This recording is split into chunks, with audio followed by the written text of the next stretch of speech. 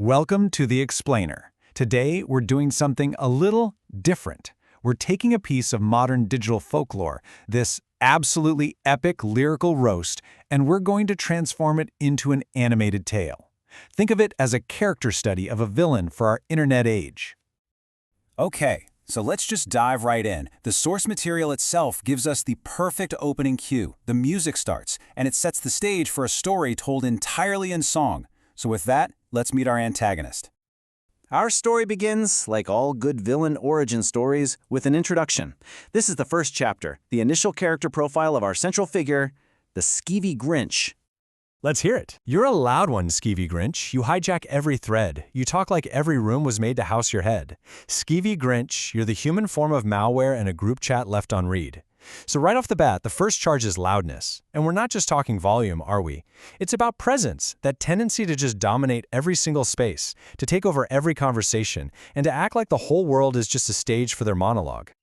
And next, you're a smug one, Skeevy Grinch. Your ego fills the sky. You flex some dead-ass crypto coin you swore would never die. Skeevy Grinch, you've got more red flags than a Soviet spy. Here we see what's fueling all that loudness, this massive ego, but one that's built on really shaky ground, like flexing a failed crypto coin.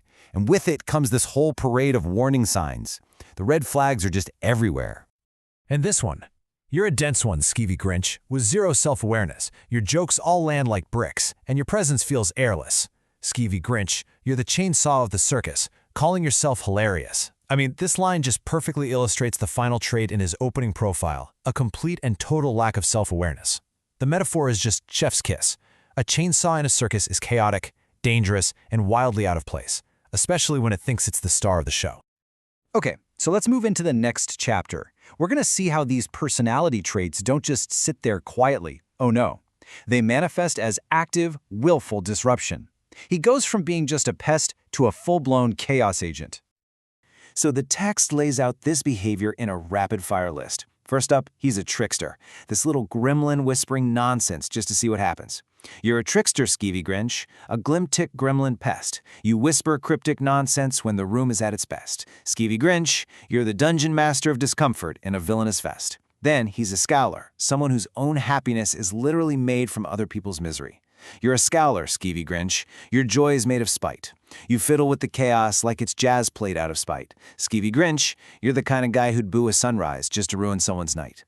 And finally, he's a menace, a saboteur who intentionally stirs the pot and then pretends he's innocent. You're a menace, Skeevy Grinch, a low-vibe saboteur. You stir the pot on purpose, then pretend your heart is pure. Skeevy Grinch, you're the type who thinks manipulation is just social haute couture.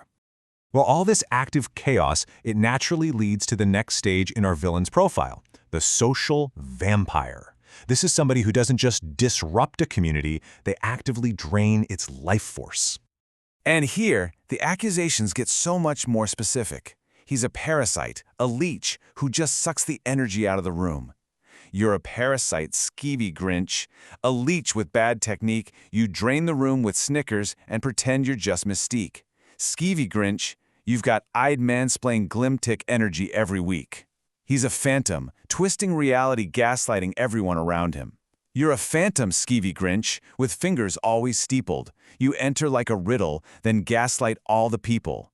Skeevy Grinch, you're the plot twist no one wanted, malicious and unequal. He is drama, a walking fog of unclear motives. You're a drama, Skeevy Grinch, with motives wrapped in fog. You crash in like a savior, then vanish in the smog. Skeevy Grinch, you're a walking red flag wrapped in a frog blog monologue.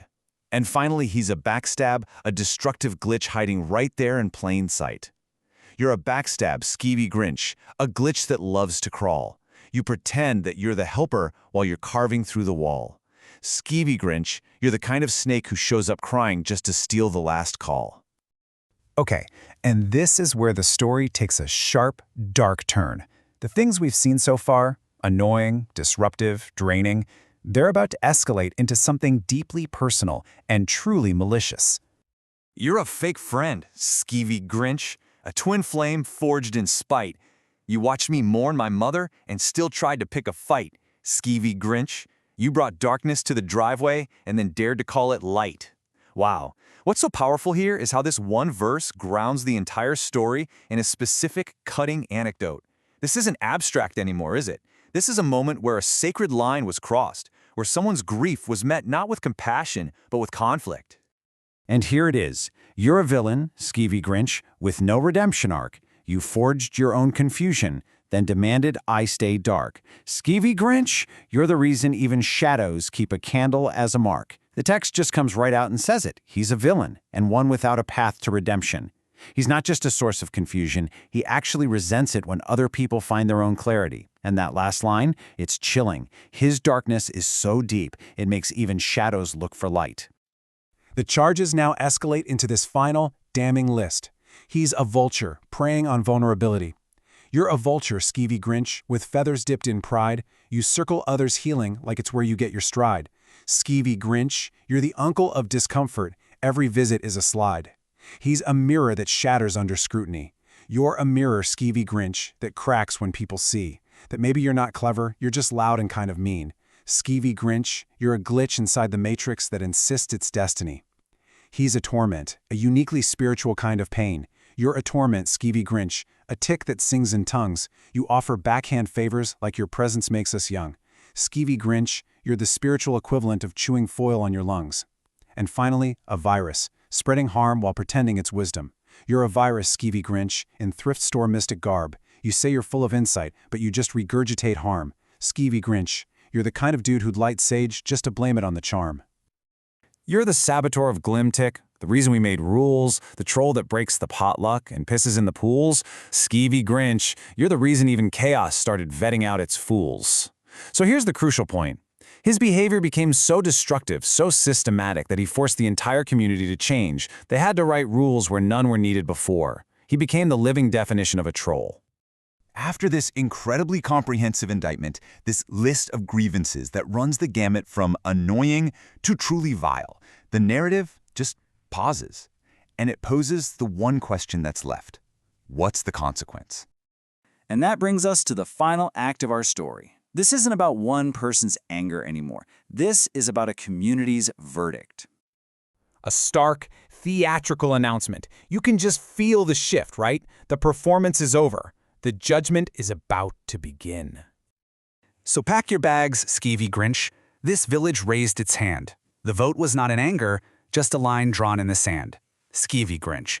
You were offered grace and mercy, and you turned them into scams. And there it is, the verdict. But it's presented not as an act of rage, but as this calm, collective, democratic decision. This isn't a revenge plot, it's a boundary. And it was only drawn after offers of grace were repeatedly exploited. You're locked out, Skeevy Grinch. The portal's now been sealed. You mistook our quiet patience for a void that you could wield. The consequence is clear, it's final, and it is absolute. Exile. His fundamental mistake was seeing the community's patience not as a strength, but as a weakness, as a void he could fill with his chaos. But mercy doesn't mean return, just the door forever healed. And this line right here just brilliantly illustrates the story's core takeaway. The community can still hold a sense of mercy, sure, but mercy doesn't obligate them to reopen a wound. Forgiveness doesn't require re-entry.